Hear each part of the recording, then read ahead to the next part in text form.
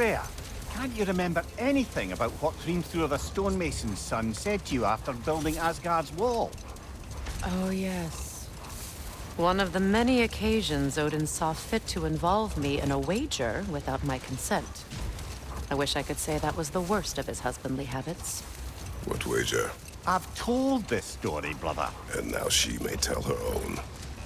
There isn't that much to tell. I knew nothing of it at first, surely because Odin didn't expect to lose the bet.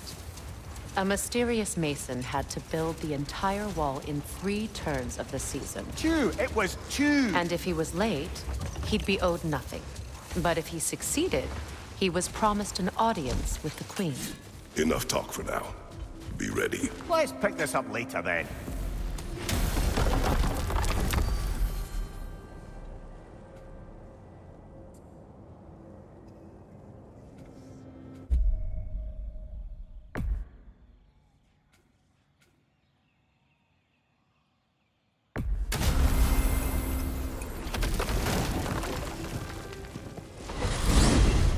We're heading back to Vanaheim?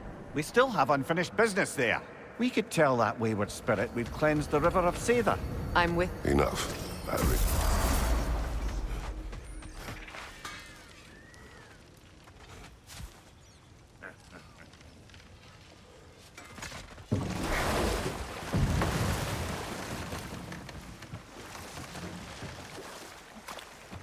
Freya, can we return to your story of Hrimthur? You said if he built Asgard's wall in time, he was promised an audience with you. Yes. Or so I learned one day when Odin burst into our bedchambers, raging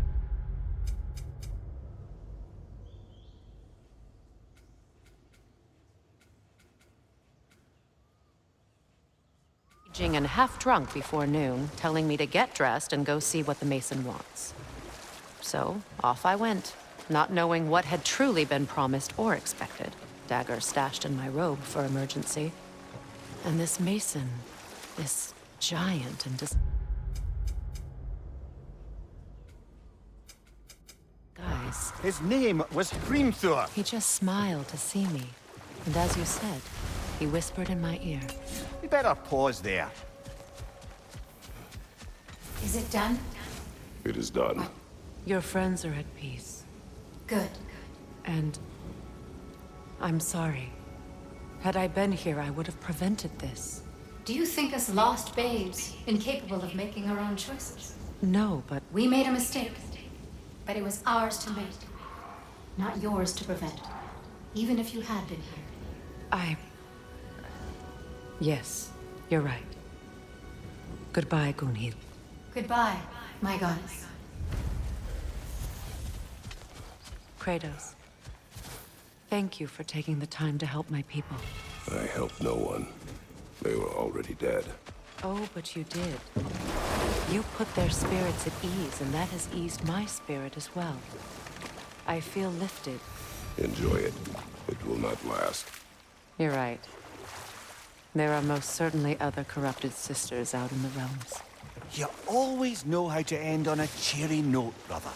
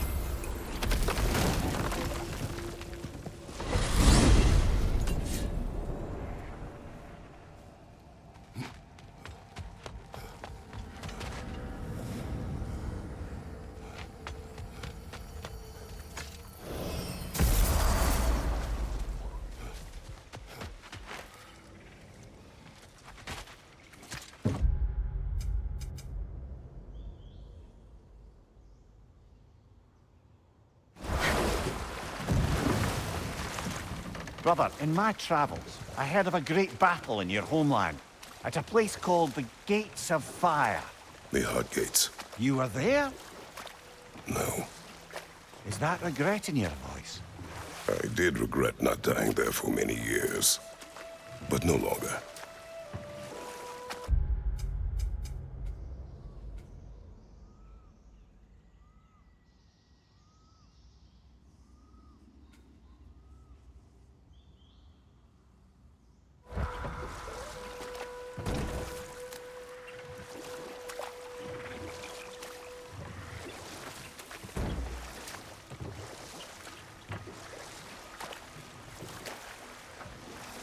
Getting back to your story, Freya. You granted an audience to Hrimthur after he finished building Asgard's wall. What at long last did he whisper to you? Well, he said the Aesir had killed his father, and he needed to know that one day they'd burn for it. I pointed out I was Aesir now too, technically. He gave me a look, as if he somehow knew better, and continued. He said he'd built in a structural flaw behind the Asgard Realm Tower. I knew it! How do we make use of it? We don't. He said Surtur would know what to do. And if Surtur's approaching Asgard's wall... Then it is already Ragnarok. Aye, blast it. I hoped it might have given us another way.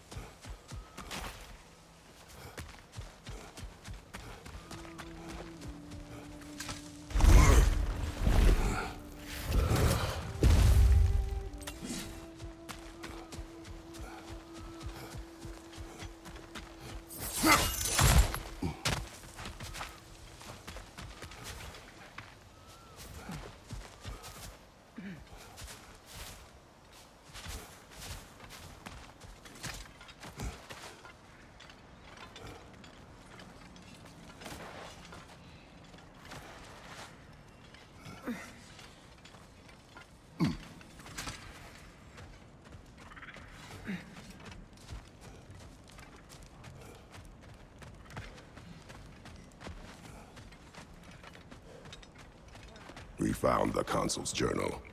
Thank you, Kratos. It is exactly what we were hoping for. The Consul risked everything to understand the mistakes of our past. And now those lessons can live on. Thank you, Kratos. The elves and we won't forget this. They aren't liable to forget all the bloodshed between them either. There's a path towards peace for all of us. Nobody said this would be easy.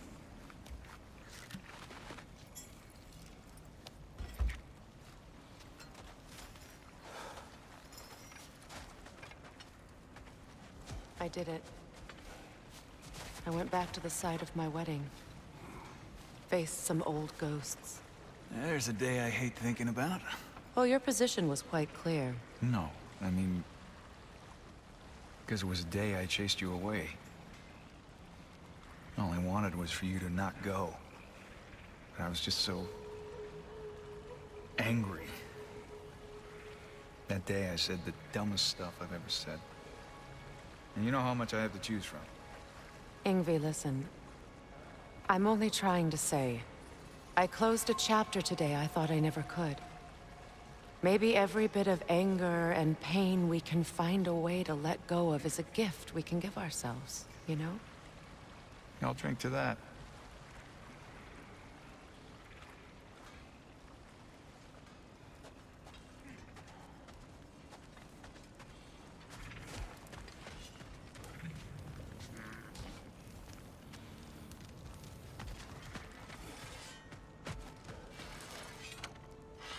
If I may ask, do you miss all?